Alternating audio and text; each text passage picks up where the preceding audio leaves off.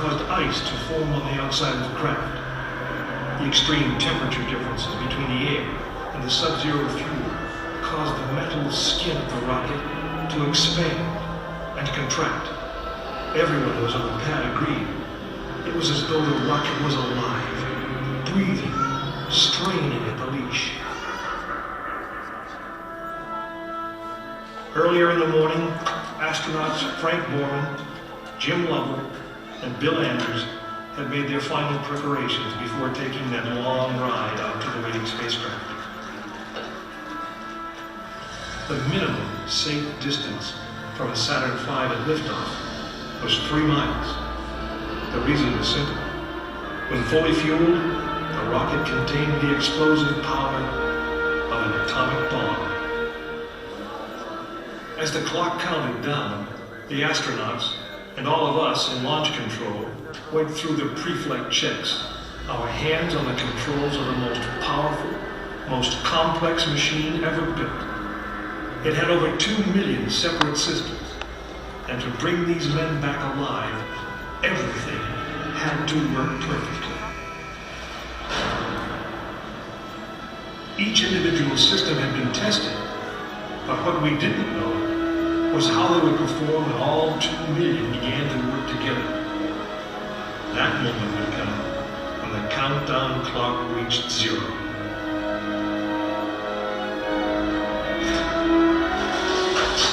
If a maneuvering thruster failed, if communications broke down, if navigation was off by 1 degree, if any piece of the miles of wiring, circuits, relays, or valves was defective, Frank Borman, Jim Lovell, and Bill Anders would pay with their lives. As they sat waiting for launch on that chill December morning, these 3 astronauts were back to what they had always been, test pilots.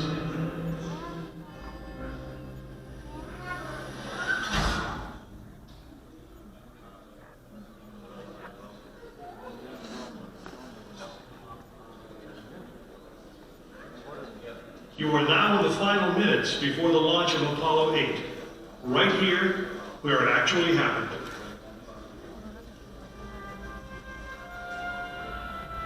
Mankind is about to leave his planet behind and journey to another. It is one of those rare moments when history is not being made, destiny is being embraced.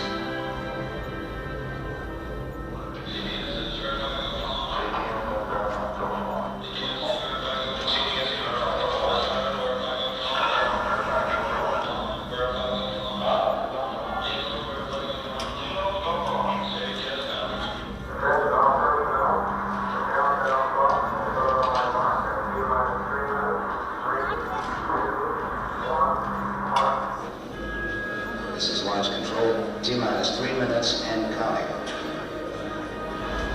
We've completed our communications checks with the Apollo 8 astronauts in the cabin, and the communications are go.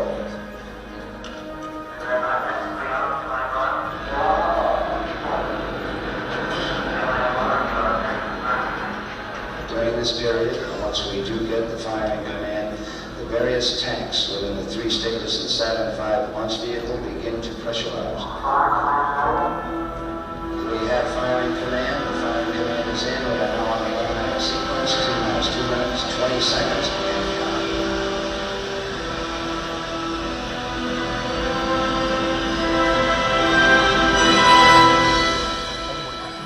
Our status board indicates that all aspects are ready. Instrument unit is ready. Spacecraft ready. Final check of the emergency detection system. That ready light also on. First stage preparations are completed. All systems remain okay. We're on. Ready to go to cockpit. Standby, Walter. Okay, you're on. All systems go. T-minus 45 seconds and counting. The first stage of the oxygen tank has been pressurized, and the pressure is still building up. Coming up in 90 seconds, mark T-minus 90 seconds and counting. The Apollo 8 crew standing by, spacecraft commander Frank Borman, Jim Lovell, Bill Anders. We now report that the liquid hydrogen tank in the third stage is pressurized. 1 minute 15 seconds.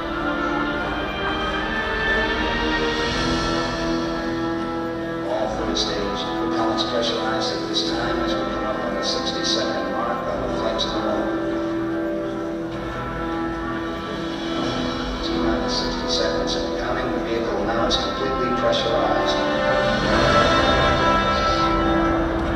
We're coming up on a power transfer shortly.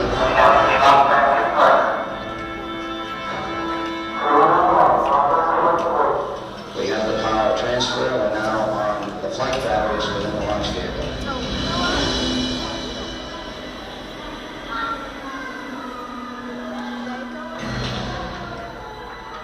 Final reports from Frank Borman at this time.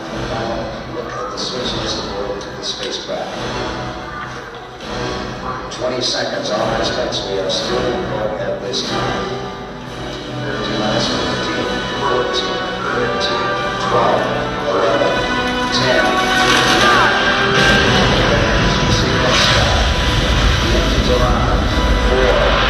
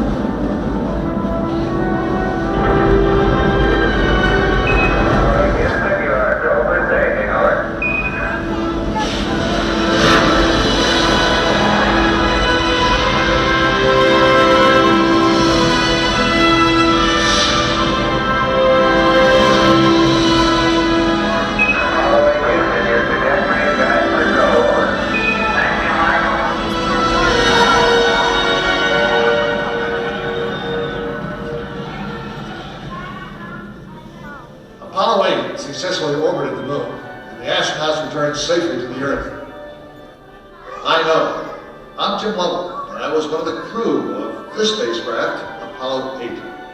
We were the first men to see the surface of the moon from just a few miles away. But it was the hundreds of thousands of men and women who worked on that team, and the millions of people who supported the mission that really made it possible. That way, I guess, we all went to the moon. Now, on the other side of those doors, you'll find an actual Saturn V moon rocket. It's still the most powerful, the most complex machine ever built. And I guess it's the only one that can take you to another planet. I actually got to fly one on a second flight to the moon called Apollo 13. But that's another story.